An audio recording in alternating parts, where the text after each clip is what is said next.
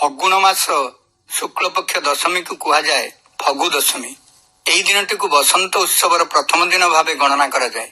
ବସନ୍ତ ଋତୁର ପ୍ରଥମ ମାସ ହେଉଛି ଫଗୁଣ ମାସ। ଦକ୍ଷିଣ ଦିଗରୁ ମୃଦୁମନ୍ଦ ମଳୟ ପବନ ବହି ଆସି ଜନମନକୁ ପୁଲକିତ କରେ। ପ୍ରେମୀ ଯୁଗଳଙ୍କ ହୃଦୟରେ ଶିହରଣ ସୃଷ୍ଟି କରେ। ନାନା ପ୍ରକାର ପୁଷ୍ପର ସୁଗନ୍ଧିରେ ଚଉଦିଗ ମହକି ଉଠେ।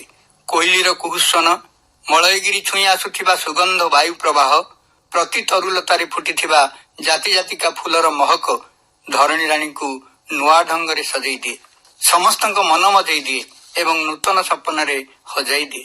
ଏତିକି ବେଳେ ଭାରତ ବର୍ଷର ବିଭିନ୍ନ ଅଞ୍ଚଳରେ ଆରମ୍ଭ ହୁଏ ଫଗୁ ଉତ୍ସବ। ଫଗୁ ବା ଅବିର ବସନ୍ତ ଋତୁରେ ଶରୀର ପାଇଁ ଏକ ରୋଗ ପ୍ରତିରୋଧକ ରୂପେ କାର୍ଯ୍ୟ କରେ। ସେଥିପାଇଁ ଏହି ଦିନ ଠାରୁ ଆରମ୍ଭ ହୁଏ ଫଗୁ ଖେଳ। ଫଗୁ ଖେଳ ବା ଅବିର ଉତ୍ସବ ଭଗବାନ ଶ୍ରୀକୃଷ୍ଣ ଏବଂ ଗୋପୀମାନଙ୍କୁ ନେଇ ଆରମ୍ଭ ହୋଇଥିଲା ବୋଲି କୃଷ୍ଣପ୍ରେମୀ ଭକ୍ତମାନେ ବିଶ୍ୱାସ କରନ୍ତି। ଫଗୁ ଦଶମୀ ଠାରୁ ଦୋଳ ପୂର୍ଣ୍ଣମୀ ଯାଏଁ ଚାଚେରି ଉତ୍ସବ ଲାଗି ରହେ। ଦୋଳ ପୂର୍ଣ୍ଣିମାରେ ଶ୍ରୀ ଚୈତନ୍ୟଙ୍କ ଜନ୍ମୋତ୍ସବ ଏବଂ ତା ପରଦିନ ହୋଲି। ଓଡ଼ିଶାରେ ବିଭିନ୍ନ ସ୍ଥାନରେ ପଞ୍ଚୁଦୋଳ, ଦଶଦୋଳ ଇତ୍ୟାଦି ପାଳନ କରାଯାଏ। ଏହି ସମୟକୁ ବସନ୍ତ ରାସୋତ୍ସବ ଆଖ୍ୟା ମଧ୍ୟ ଦିଆଯାଇଛି। ରାଧାକୃଷ୍ଣଙ୍କୁ କୁଞ୍ଜରେ ସଜ୍ଜିତ କରି ସଖୀମାନେ ଅବିର ଖେଳିବା ପରମ୍ପରାକୁ ସ୍ମରଣ କରାଯାଏ। ଠାକୁରମାନେ ମଧ୍ୟ ବିମାନରେ ବସି ଗାଁ ଗହଳି, ସହର ବଜାର ସବୁଆଡେ ବୁଲି ବୁଲି ଚାଚେରି ଭୋଗ ଖାଆନ୍ତି। ବର୍ଷକରେ ଏହି ସମୟରେ ଠାକୁର ଯାଆନ୍ତି ଭକ୍ତର ଦ୍ୱାରକୁ। ଭକ୍ତିପୂତ ଚିତ୍ତରେ ଗୃହସ୍ଥ ଭକ୍ତ ଠାକୁରଙ୍କ ଉଦ୍ଦେଶ୍ୟରେ ବାଢି ଦିଏ ଭୋଗ ନୈବେଦ୍ୟ। କଳିଯୁଗର ପ୍ରସିଦ୍ଧ ଧର୍ମପୀଠ ଶ୍ରୀକ୍ଷେତ୍ରରେ ମହାପ୍ରଭୁ ଶ୍ରୀଜଗନ୍ନାଥ ମଧ୍ୟ ଫଗୁ ଦଶମୀ ଠାରୁ ଭାଇ ଭଉଣୀଙ୍କ ସହ ଚାଚେରି ବେଶ ହୋଇ ଚାଚେରି ଭୋଗ ଲାଗି ହୁଅନ୍ତି। ମହାପ୍ରଭୁଙ୍କର ଚାଚେରି ପର୍ବ ଦୀର୍ଘ 7 ଦିନ ଧରି ମହାସମାରୋହରେ ପାଳିତ ହୁଏ। ଆରମ୍ଭ ହୁଏ ଫଗୁ ଦଶମୀରୁ, ଶେଷ ହୁଏ ହୋଲିକା ଉତ୍ସବ ବା ମେଣ୍ଢା ପୋଡିରେ। ଶ୍ରୀମନ୍ଦିରର ଉତ୍ତର ପୂର୍ବ ଦିଗରେ ଥିବା ଦୋଳ ମଣ୍ଡପକୁ ମହାପ୍ରଭୁଙ୍କର ଚଳନ୍ତି ପ୍ରତିମା ଦୋଳଗୋବିନ୍ଦ, ଶ୍ରୀଦେବୀ ଓ ଭୂଦେବୀ ବିମାନରେ ବିଜେ ହୋଇ ଚାଚେରି ଭୋଗ ଲାଗି ହୁଅନ୍ତି। ସେବାୟତମାନେ ରତ୍ନ ସିଂହାସନରେ ମହାପ୍ରଭୁଙ୍କୁ ସୁନାବେଶ କରାଇ ଫଗୁ ଲାଗି ଓ ଚାଚେରି ଭୋଗ ଲାଗି କରନ୍ତି। ବିମାନ ବଡୁ ସେବକମାନେ ବିମାନରେ ଚଳନ୍ତି ପ୍ରତିମା ମାନଙ୍କୁ ନେଇ ସର୍ବସାଧାରଣ ଭକ୍ତମାନଙ୍କ ସହ ଫଗୁ ଖେଳାନ୍ତି। ସପ୍ତଖଣ୍ଡ ହରିବଂଶରେ ଅଚ୍ୟୁତାନନ୍ଦ ମହାପୁରୁଷ ଉଲ୍ଲେଖ କରିଛନ୍ତି, ବୃନ୍ଦାବନ ଠାରେ ନନ୍ଦସୁତ ଶ୍ରୀକୃଷ୍ଣଙ୍କ ପାଇଁ ବ୍ରହ୍ମାଙ୍କ ନିର୍ଦ୍ଦେଶରେ ବିଶ୍ୱକର୍ମା ଦୋଳମଣ୍ଡପ ନିର୍ମାଣ କରିଥିଲେ।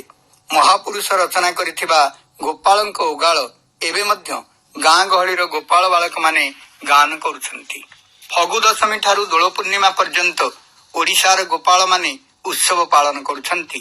ଏହି ସମୟରେ କେହି କେହି ବିଭିନ୍ନ ସ୍ଥାନରେ ଗୋମାତାଙ୍କର ଜନ୍ମଦିବସ ମଧ୍ୟ ପାଳନ କରୁଛନ୍ତି। ହରିବଂଶରେ ଏ ସମ୍ପର୍କରେ ଉଲ୍ଲେଖ ରହିଛି, ଯଶୋଦା ବୋଇଲେ ବାବୁ ଶୁଣରେ ଆତ୍ମଜ, ଗାଈମାନଙ୍କ ବନ୍ଦାଣ ଅଟେ ଆମ୍ଭ ଆଜ, ଗୋମାତାଙ୍କ ଜନ୍ମଦିନ ଅଟଇ ଯୁକତେ, ତେଣୁକରି ଗୋପଲୋକେ ଗମନ୍ତି ଉସତେ। ଫଗୁ ଦଶମୀ ଦିନ ଗୋମାତାଙ୍କ ମଥାରେ ଅବିର ଏବଂ ବେକରେ କଇଁଫୁଲର ହାର ପକାଇ ଗୋପାଳକ ମାନେ ନାନା ପ୍ରକାର ଖାଦ୍ୟ ପରସି ଦେଇଥାନ୍ତି। ଧୂପ ଦୀପ ନୈବେଦ୍ୟ ଦୁର୍ବାକ୍ଷତ ଦେଇ ପୂଜା କରନ୍ତି। ଶ୍ରୀଜଗନ୍ନାଥ ମହାପ୍ରଭୁଙ୍କର ଦ୍ୱାଦଶ ଯାତ୍ରା ମଧ୍ୟରେ ଫଗୁ ଦଶମୀ ଠାରୁ ଆରମ୍ଭ ହେଉଥିବା ଦୋଳଯାତ୍ରା ଅତ୍ୟନ୍ତ ପବିତ୍ର ସମୟ ରୂପେ ଗଣନା କରାଯାଇଛି। ଏହି ସମୟରେ ଦୋଳ ମଣ୍ଡପରେ ଦୋଳଗୋବିନ୍ଦଙ୍କୁ ଦର୍ଶନ କଲେ ପାପି ତାପି ମାନେ ତରି ଯାଆନ୍ତି ବୋଲି ଜନସାଧାରଣଙ୍କର ବିଶ୍ୱାସ ରହିଛି। ସେଥିପାଇଁ କୁହାଯାଇଛି, ଦୋଳେ ଚ ଦୋଳଗୋବିନ୍ଦମ୍ ଚାପେତୁ ମଧୁସୂଦନମ୍ ରଥେତୁ ବାମନଂ ଦୃଷ୍ଟ୍ୱା ପୁନର୍ଜନ୍ମ ନ ବିଦ୍ୟତେ। ଦୋଳରେ ଦୋଳଗୋବିନ୍ଦ, ଚନ୍ଦନ ଯାତ୍ରା ବେଳେ ଚାପରେ ବିଜେ ହୋଇଥିବା ମଧୁସୂଦନ ଏବଂ ନନ୍ଦିଘୋଷ ରଥରେ ବିଜେ ହୋଇ ବଡ଼ଦାଣ୍ଡରେ ଯାତ୍ରା କରୁଥିବା ବାମନ ମହାପ୍ରଭୁଙ୍କୁ ଦର୍ଶନ କଲେ ପୁନର୍ଜନ୍ମ ହୁଏ ନାହିଁ। ଫଗୁ ଦଶମୀ ପ୍ରଭୁଙ୍କ ସହିତ ଏକତ୍ର ହେବାର ଏକ ପ୍ରକୃଷ୍ଟ ଅବସର। ଏହି ସମୟରେ ଶୁଦ୍ଧ ଅବିର ରଞ୍ଜିତ ହେଲେ ତାହା ସ୍ୱାସ୍ଥ୍ୟ ପକ୍ଷେ ହିତକାରକ।